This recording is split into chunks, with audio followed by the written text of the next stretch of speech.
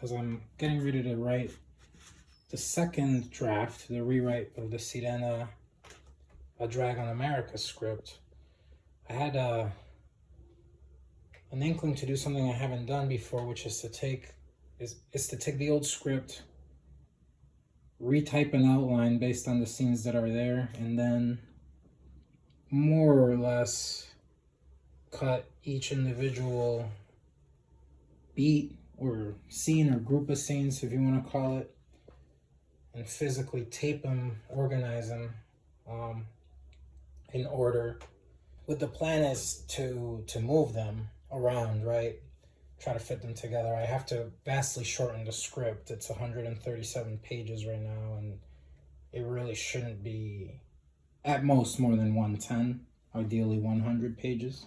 Just the act of kind of physicalizing it, putting each beat, cutting it with scissors, taping it onto a little board or whatever.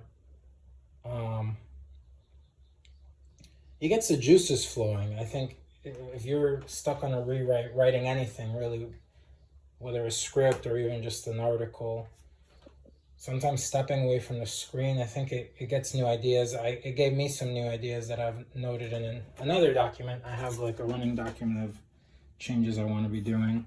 This seems very analytical, and I guess in a way it is. But it also, I think, gives you clues, like very emotional cues.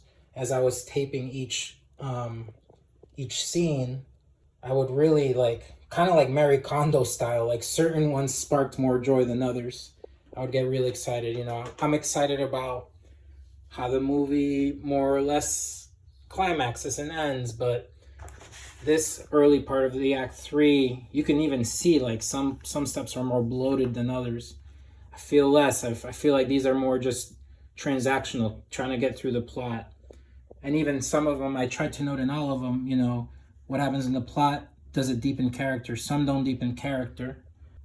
Some actually don't advance plot. Those are the first ones you gotta consolidate into something else, or you gotta just get rid of entirely. You see now, a day later, thinking about this, just sitting with it each day, start condensing certain steps that maybe could, on their own, were incomplete and dragged it out, but thinking of ways, okay, I could condense all these together.